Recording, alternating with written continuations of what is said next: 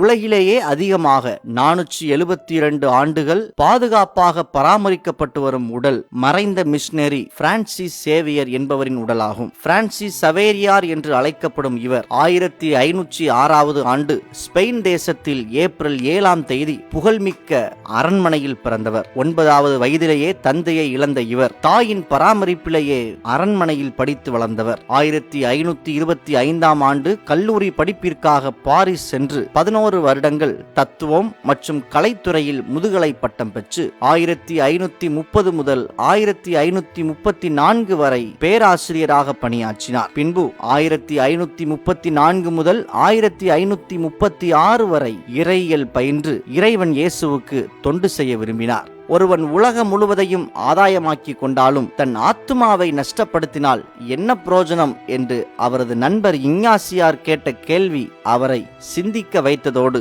ஊழியம் செய்ய வேண்டும் என்ற ஆவலையும் அதிகப்படுத்தியது. இறைவன் இயேசு கிறிஸ்துவுக்காக கண்டம் விட்டு கண்டம் போய் முன்பின் அறியாத இடத்தில் தங்கி ஊழியம் செய்ய வேண்டும் என்கிற மிஷனரி பாரத்தோடு இயேசு சபையில் இணைந்து 1542ஆம் ஆண்டு மே மாதம் 6ஆம் தேதி கோவா வந்தடைந்தார். முதல் 4 மாதங்கள் கோவாவிலும் பின்னர் தென்னிந்தியாவில் குறிப்பாக தமிழக கடற்கரை கிராமங்களில் தனது இறைப்பணியை சிறப்பாக செய்து வந்தார்.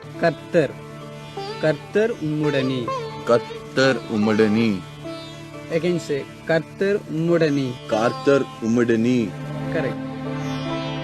பிரான்சிஸ் சேவியர் சுமார் 38,000 மைல்கள் கடல் மற்றும் தரை மார்க்கமாக பயணம் செய்து இறைப்பணியை செய்துள்ளார் என்று குறிப்பிடுகிறது அவரை குறித்த ஆய்வு நூல்கள். பல்வேறு கால சூழ்நிலைகளில் தனிமையாக பயணம் செய்ததால் அவரது சரீரம் பலவீனமடைந்தது. சீன தேசத்தில் சாங்சோங் தீவில் நோயால் பாதிக்கப்பட்டு 1552ஆம் வருடம் டிசம்பர் 3ஆம் தேதி மரணமடைந்தார். அவரை அவ்வப்போது கவனித்துக் கொண்டிருந்த சார்ஜ் அல்வேரஸ் என்பவர் சீனாவின் அந்த குறிப்பிட்ட தீவிலேயே அடக்கம் செய்கிறார். இந்த நிலையில் அவர் இந்தியாவில் அதிகமாக ஊழியம் செய்ய விரும்பினார். ஆகவே அவரை இந்தியாவில் தான் அடக்கம் செய்ய வேண்டும் என்ற கோரிக்கையின் அடிப்படையில் அவரது உடல் 1553வது ஆண்டு கோவாவுக்கு கொண்டு வரப்பட்டது. அன்று முதல் அவரது உடல் பாதுகாப்பாக கண்ணாடி பேழையில் வைக்கப்பட்டுள்ளது. சுமார் 472 ஆண்டுகள் அவரது உடல் பாதுகாப்பாக வைக்கப்பட்டுள்ளது. பல்வேறு ஆய்வாளர்களும் அறிஞர்களும் இவரது உடலை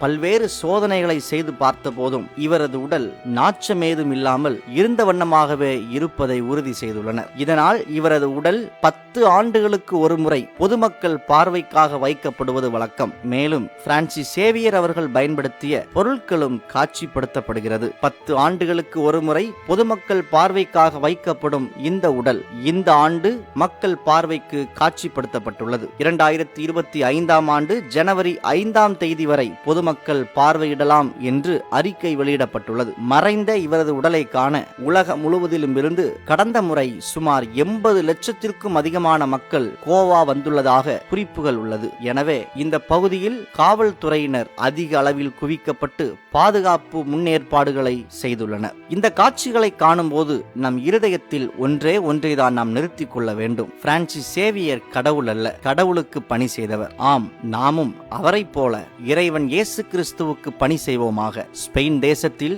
பணக்கார குடும்பத்தில் அரண்மனையில் பிறந்து வளர்ந்திருந்தாலும் பல்வேறு பட்டங்களை பெற்று உயர்ந்த பதவிகளில் இருந்தாலும் அவைகளை தூக்கி எறிந்துவிட்டு முன்பின் தெரியாத இடத்திற்கு 30,000 மைல்கள் பயணம் செய்து தன் வாழ்வை இயேசு கிறிஸ்துவுக்காகவே அர்ப்பணித்து வாழ்ந்தார். நாமும் அவரை போல இயேசு கிறிஸ்துவை மட்டுமே முன்னிறுத்தி அவருக்காகவே வாழ்வோம். இந்த காணொளியை உங்கள் நண்பர்களுக்கும் பகிர்ந்து கொள்ளுங்கள். நன்றி.